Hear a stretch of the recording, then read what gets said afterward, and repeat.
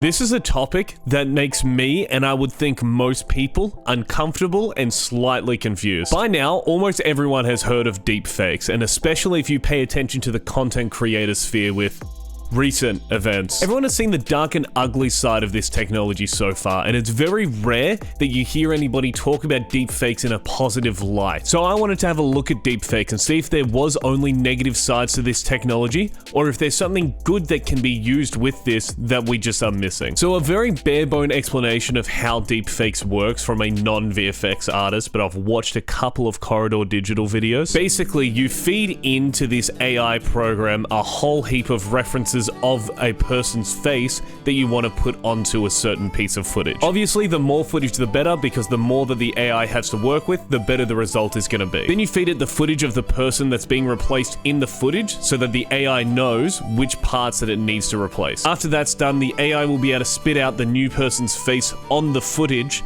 and that's what deepfaking is. That's how it's done. That explanation doesn't seem right to me, and that's probably because it's not. If you want an actual explanation on how deepfaking works, go to the link in the description. That will take you to Corridor Digital's channel, and they explain how deepfaking works. And they're also VFX artists, and they've done this before. They know a lot more about it than I do, and are able to present it a lot more coherently than I am. The core of this video is to find why deepfakes exist and what benefits they serve to the world. And a good place to start with that would be why deepfakes were created. But for the life of me, I cannot find it no matter how hard I look. From what I can see, the only use of deepfake technology is exactly what it's being used for at the moment, which makes complete sense. It's a technology that replaces the face of people. Like, what else are you going to be using that for besides replacing the face of people in footage? By no means is that a bad thing that it's only being used for one purpose, but I don't necessarily know if it's a positive thing either. And you may be like, well, what do you have against this new technology? Why don't you like the technology? Why don't you want people to be able to replace people's faces on other things? Well, a little bit of that comes down to the fact that as of June 2022, 96% of deepfakes were porn, with the remaining 4% being any kind of other media that's using deepfakes. That means for every one Jimmy Fallon skit where he's pretending to be Donald Trump,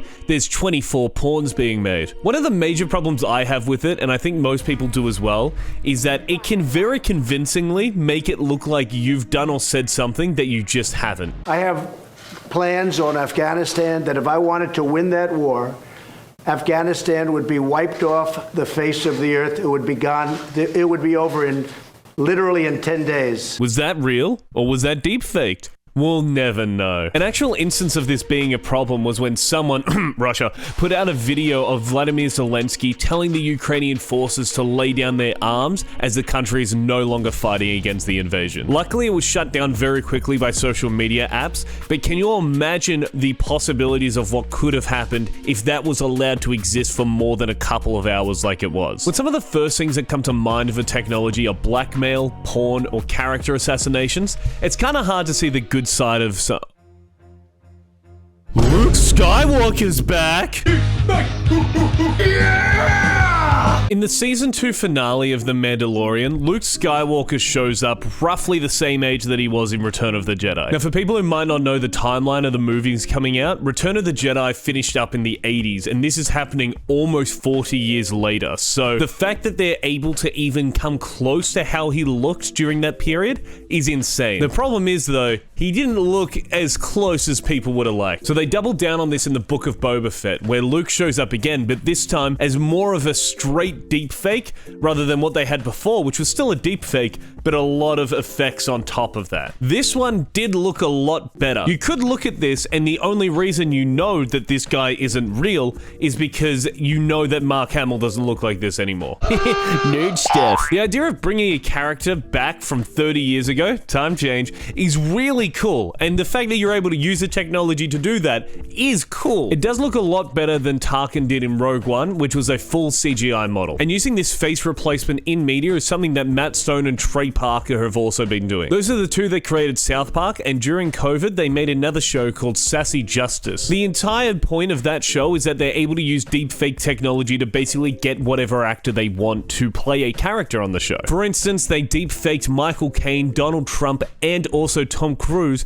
to play characters in their show. The distinction for me, though, is that they're not impersonating the actor, they're just using them to play out one of the roles in their show. It's almost like they're cosplaying as one of the actors, but underneath, it's still Trey Parker or or Matt Stone that is playing the character. The only real comparison I can think of for it is imagine a voice actor where it's still them underneath. It's still, let's say, Nolan North doing the voice, but on top of that, he's playing Richtofen. Your screams are so erotic! It walks a very strange line for me, but because it is so obviously supposed to be satire and just a couple of guys telling some jokes, it seems fine. Another time Corridor Digital did some deep faking was when they put Tupac's face onto an actor for one of Snoop Dogg's music videos. Snoop Dogg wanted to do this to honor a friend, and this is the way that he thought would be best, and to me, that just seems like another good use of the technology. One of the major reasons that deepfakes get praise from the VFX industry is because of the way that it's able to assist artists in their work. Instead of somebody having to sit there and CGI a face, or I don't know how it's done, however it's done, I'm not a VFX artist, go watch Corridor Digital, I haven't plugged them enough, not sponsored. Using the deepfake technology saves them a lot of time because the face is already done. You're just gonna add some stuff on top of it and you're good to go. As it currently stands at the moment with deepfakes in the VFX world,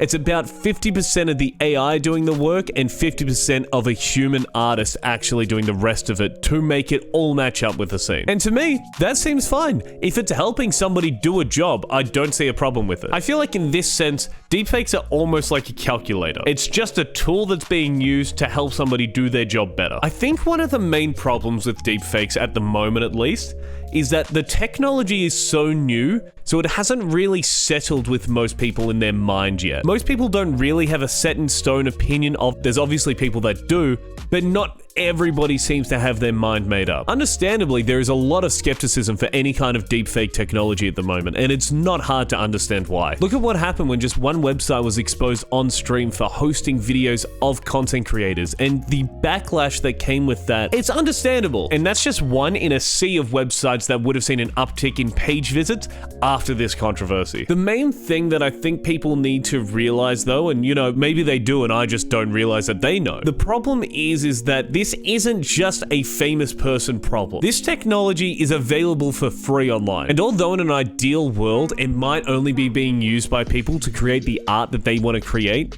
I think it has more of a chance to be used to blackmail somebody to prevent a very convincing video being released of them doing or saying something that they would never do. I know this video might not have changed your mind, and that's okay. I'm not trying to change your mind. I just feel like there's something more to think about here. So let me leave you on this. Would you care if someone was making videos of you either doing or saying things that you would never say and or do that might embarrass you or damage your reputation? That's what the problem is with deepfaking at the moment. That is very possible, and I can't see a way to get around that. And even though that is a very real risk, we can also do this. Oh my god, what if Tom Cruise was Iron Man? Truth is, I am Iron Man. No way!